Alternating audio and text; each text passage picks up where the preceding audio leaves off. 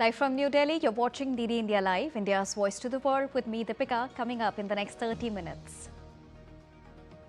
Prime Minister Narendra Modi highlights historical and patriotic significance of national song Vande Mataram, calls it a unifying thread during India's struggle against British rule. Third Australia-India Education and Skills Council meeting held in New Delhi. Letter of intent issued to University of New South Wales to establish a campus in India. European Union Council President Antonio Costa says Europe will not accept political interference.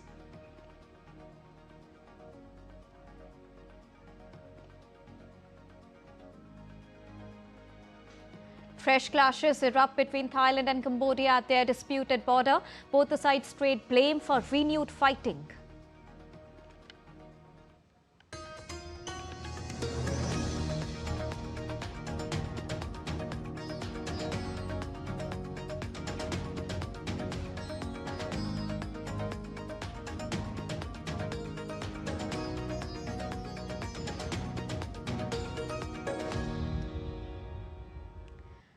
Good evening to all the viewers joining us at this evening broadcast. To begin with the latest, Prime Minister Narendra Modi opened a 10-hour discussion in the Lok Sabha on Monday to mark the 150th anniversary of the national song Vande Mataram, a discussion expected to highlight several significant and lesser-known facets of its history.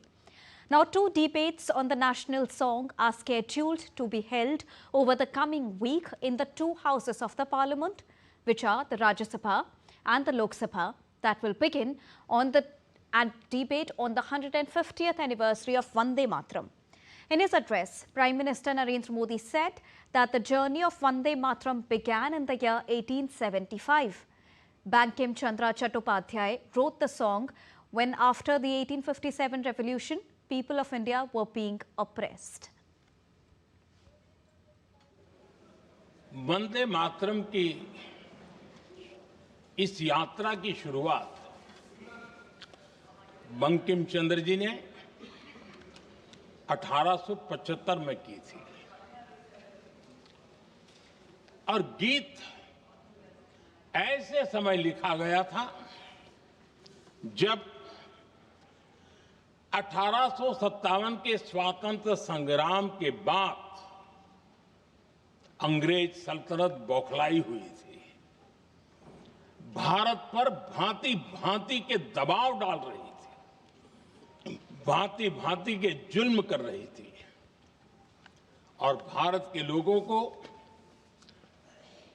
मजबूर किया जा रहा था अंग्रेजों के द्वारा। और उस समय उनका जो राष्ट्रीय गीत था, गॉड सेव द क्वीन, इसको भारत में घर घर पहुंचाने का एक षड्यंत्र चल रहा था। ऐसे समय बंकिम दा ने चुनौती दी और ईंट का जवाब पत्थर से दिया और उसमें से वंदे मातरम का जन्म हुआ। Prime Minister Narendra Modi said that Congress compromised about Vande Mataram under the guise of secularism and communal harmony. He said that Congress bowed to the Muslim League and decided to fragment Vande Mataram. देश का दुर्भाग्य कि 26 अक्टूबर को कांग्रेस ने वंदे मातरम पर समझौता कर लिया।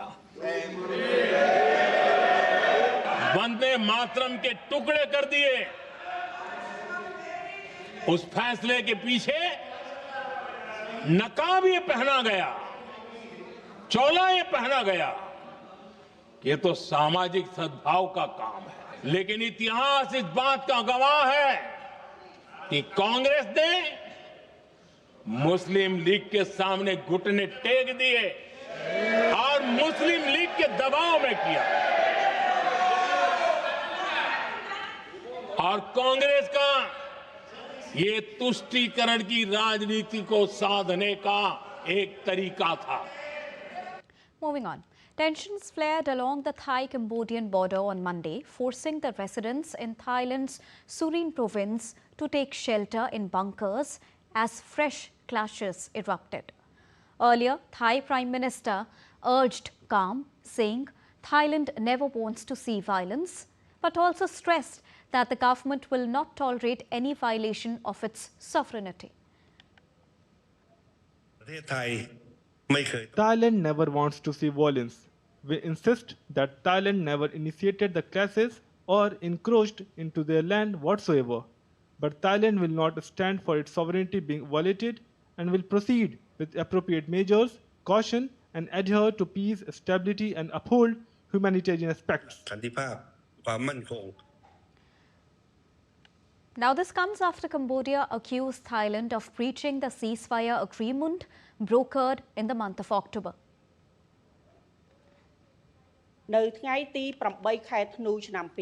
The Defense Ministry of Cambodia strongly condemns the inhumane and brutal acts. These clearly show that the Thai side violated the ceasefire and the joint declaration between Cambodia and Thailand that was signed by the prime ministers from both Cambodia and Thailand on October 26, 2025, with the witness of US President Donald Trump and Malaysian Prime Minister Anwar Ibrahim, who is the current ASEAN chair. Kremlin has welcomed US President's new national security strategy and said it largely accorded with Russia's own perceptions, a rare time where Moscow has strongly praised such a document from its former Cold War foe. The US national security strategy described Trump's vision as one of flexible realism and argued that the US should revive the 19th century Monroe Doctrine that declared the Western Hemisphere to be Washington's zone of influence. Now, the strategy signed by Trump also warned that Europe forces civilizational erasure, that it was a core US interest to negotiate an end to the conflict in Ukraine, and that Washington wanted to re-establish strategic stability with Russia. European Council President Antonio Costa on Monday rejected any attempt by the United States to meddle in Europe's politics after Washington published a new security strategy sharply criticizing the continent's policies. Now, Costa said that the United States cannot replace European citizens in choosing which parties are good and which are bad. What we cannot accept is this threat of interference in European politics. The United States cannot replace European citizens in choosing which parties are good and which are bad. The United States cannot replace Europe in its vision of freedom of expression. Japan has summoned China's ambassador to lodge a strong protest after Chinese military aircraft locked radar onto Japanese fighter jets. Japan's Vice Foreign Minister Takehiro Funakoshi summoned Chinese Ambassador Wu Jingao on Sunday, lodging a strong protest against the incident, calling it extremely regrettable. Japan's Defense Ministry reported that Chinese military aircraft twice locked their radar onto Japanese fighter jets southeast of Okinawa on Saturday. The Chinese Navy, however, denied the claims, calling them inconsistent with the facts. Japanese Foreign Ministry has asked the Chinese government to prevent similar incidents in the future.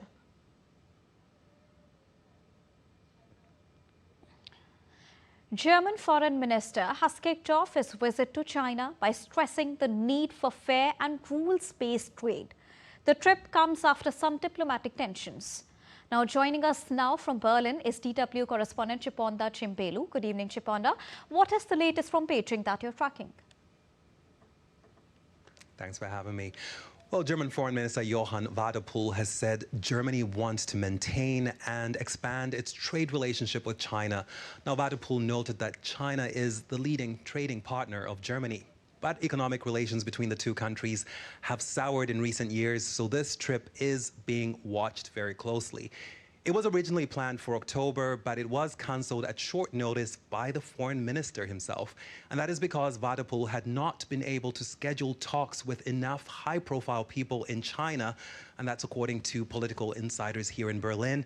And they say Vadapul made relations with China even frostier after denouncing what he called China's increasingly aggressive behavior in the Taiwan Strait. So there is a lot riding on this trip, and both German and Chinese officials will have a lot of ground to cover, given the current areas of disagreement. Also, Chiponda, what else is on the agenda during this visit? Russia's ongoing war in Ukraine and China's role in it will be, of course, another major topic. Now, last month, German Chancellor Friedrich Merz told DW in an interview that China can increase pressure on Russia to end the war in Ukraine.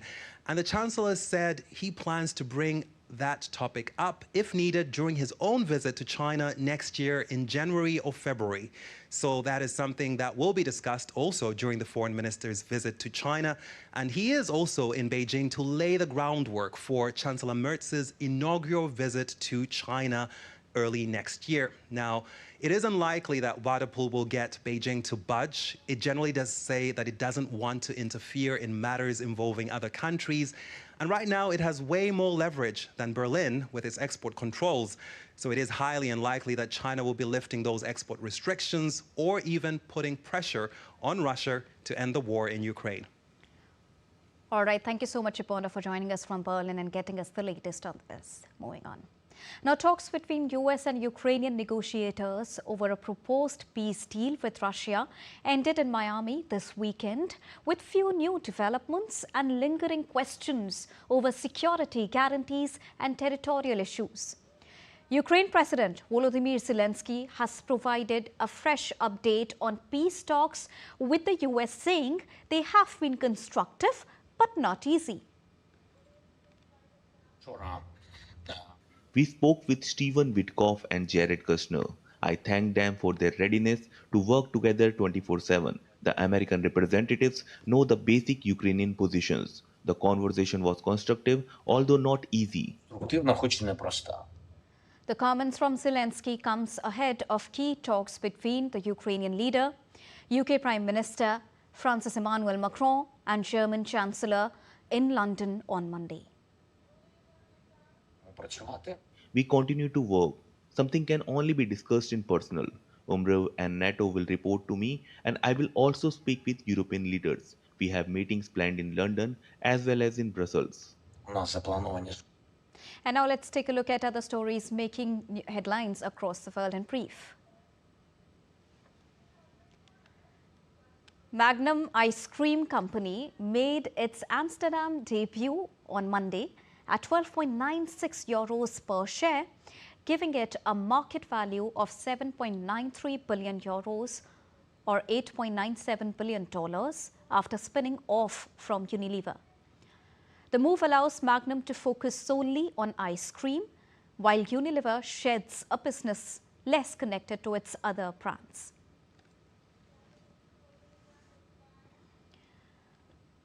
The 2025 World Downhill Skateboarding Championship concluded in El Salvador on Sunday, with Colombians sweeping the inline podiums and USA's Andy Lally winning the open street as athletes from around the world showcased thrilling downhill action.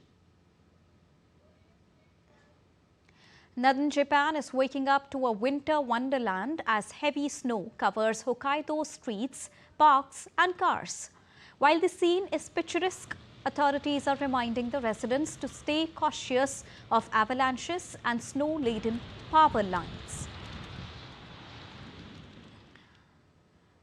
Time to take a short break, but still to come on the other side. Civil Aviation Minister Ram Mohan Naidu speaks in the Parliament on Indigo's flight disruption issue. European Trade and Economic Security Commissioner meets Dr. S. Jaishankar in New Delhi. And India all set to host Squash World Cup for third consecutive time.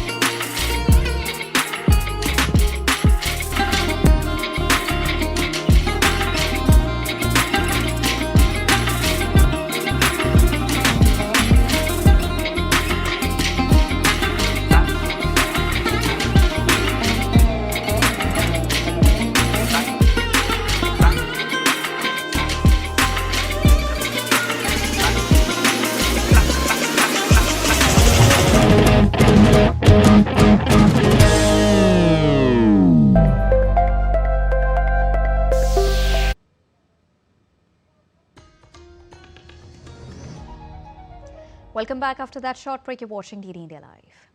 Now, India on Monday said it expects China to provide assurances that Indian citizens transiting through Chinese airports will not be selectively targeted, arbitrarily detained or even harassed. Briefing the media in New Delhi, External Affairs Ministry spokesperson Randhir Jaiswal also advised the Indian nationals to exercise due discretion while travelling to China. Take a listen. We expect the Chinese authorities to provide assurances that Indian citizens transiting through Chinese airports will not be selectively targeted, arbitrarily detained or harassed, and that regulations governing international air travel would be respected by the Chinese side. MEA would advise Indian nationals to exercise due discretion while travelling to China. India's Minister for Education, Dharmendra Pradhan, and Australian Minister for Education, Jason Clare, hosted the third Australia-India Education and Skills Council meeting in Delhi on Monday. The meeting focused on advancing educational collaboration and exploring key bilateral initiatives. The two leaders also reviewed the existing cooperation in education, innovation, research, and had meaningful discussions on further strengthening engagements across the entire education spectrum from preschool to PhD. Now, one of Australia's top universities, ranked in the QS World University Rankings Top 20, is all set to establish a campus in India. Minister Dharmendra Pradhan and Jason Clare handed over the letter of intent, or the LOI, to the University of New South Wales on the sidelines of the third ISEC meeting.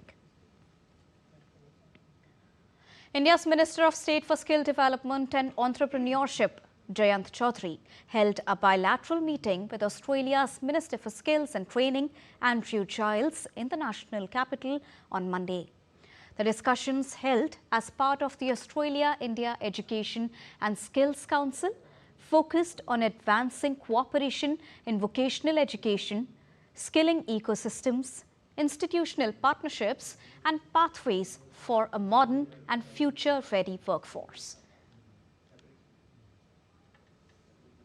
Now, India's External Affairs Minister, Dr. S. Jaishankar, met the European Trade and Economic Security Commissioner, Maros Sefcovic, during the national capital meeting today. Posting on microblogging site X, the minister said that he is confident the visiting commissioner and his team will have productive discussions in India in the coming number of days. Now, as per reports, India and the European Union negotiating teams will hold 2-day roundtable discussions on the proposed FTA, marking another significant step in strengthening the India-EU economic ties. Moving on. Union Civil Aviation Minister Ram Mohan Naidu Kinjarappu on Monday said Indigo crisis happened due to problems in its crew rostering and internal planning system. Now, replying to a question in the Rajya Sabha or the upper house of the Indian Parliament, Civil Aviation Minister said Indigo's internal system was responsible for the crisis that resulted in large-scale flight cancellations. Take a listen. There was one full month of operations in the new FTTL also. Why I am mentioning this point, even though we are saying because of the FTTL this situation has arisen, there have been a lot of internal complications. This is a day-to-day operations thing that the Indigo should have maintained. Indigo was supposed to manage the crew, was supposed to manage the roster through its day-to-day operations. We are there to check if the FTTL is properly implemented or not, and there has been no compromise on that side. And for one thorough full month, we have been observing. On 1st of December, we had a meeting with Indigo on FTTL itself. When they required some clarifications, we have given the clarifications also with that idea, and they have not flagged this issue. So everything was running normal till then. Suddenly we have observed this on 3rd. Immediately when this was observed, the ministry came into the picture. We have taken over the situation at the airports. We have consulted all the stakeholders, and then you have seen how things have unfolded for those 2 days. Definitely, there was a lot of difficulty that has been faced by the passengers. We are doing an inquiry and we will take very, very strict action, not only for this situation, but also as an example. We will set an example for all the airlines. If there is any miscompliance, any non-compliance or non-adherence for any single person, any entity or any organization or any operator functioning in this civil aviation, we will take very, very strict action so that we set an example in the industry. Transparency International Bangladesh has delivered a sharp warning to the Muhammad Yunus-led interim government, saying it has failed to take a firm stand against corruption. At a press briefing on Sunday ahead of the national elections, TIB Executive Director said the administration had a real opportunity to clamp down on graft since taking the charge on the 5th of August back in the year 2024. But, in his words, there is no way to deny that it may have fallen short.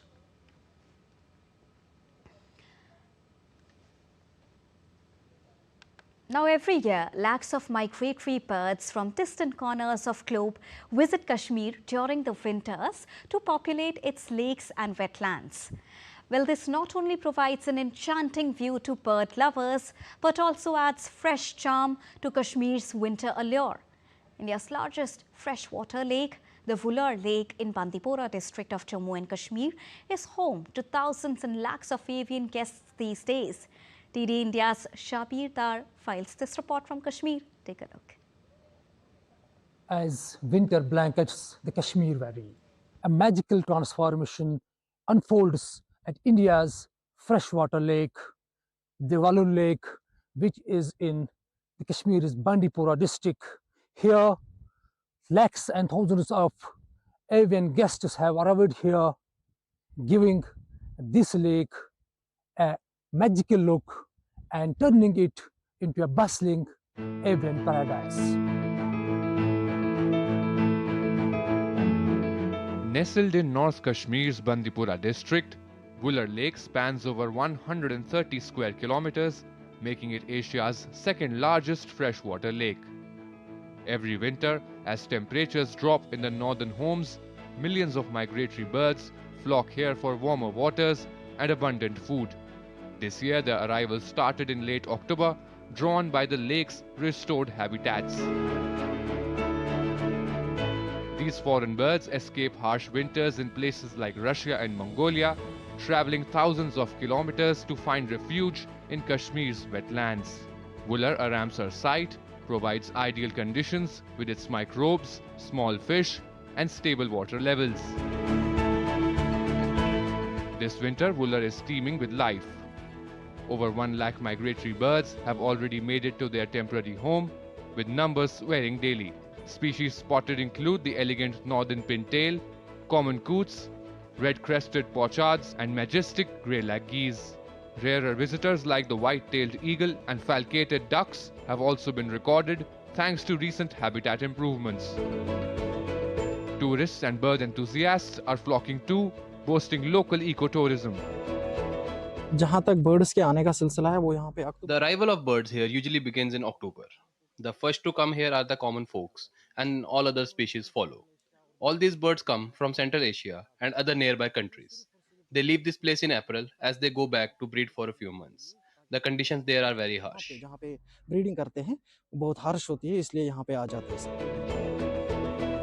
Restoring wetlands like Vular is crucial.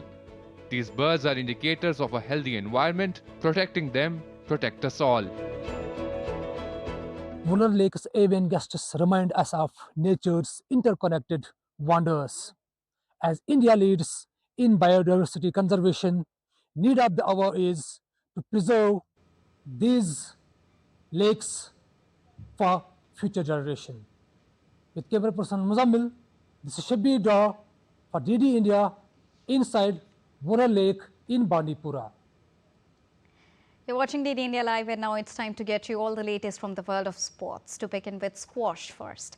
India is all set to host the Squash World Cup for the third consecutive time, with the tournament taking place in Chennai from Tuesday till the 14th of December. 12 nations will compete, including hosts India and defending champions Egypt. Now, each of the nation has 2 men and 2 women teams. India has announced its quad, blending experience and the youth together. And that's all for this edition of DD India Live, but do let us know your thoughts on the news of the day. For those on the go, you can get all the latest news and updates from the country and the world on the DD India mobile app. The app is available on both Android and iOS platforms. Scan the QR code on the screen to download it right now. We'll be back with more news as it breaks here on DD India. I am Deepen, and from all of us here in New Delhi, thank you so much for watching DD India Live. Namaskar.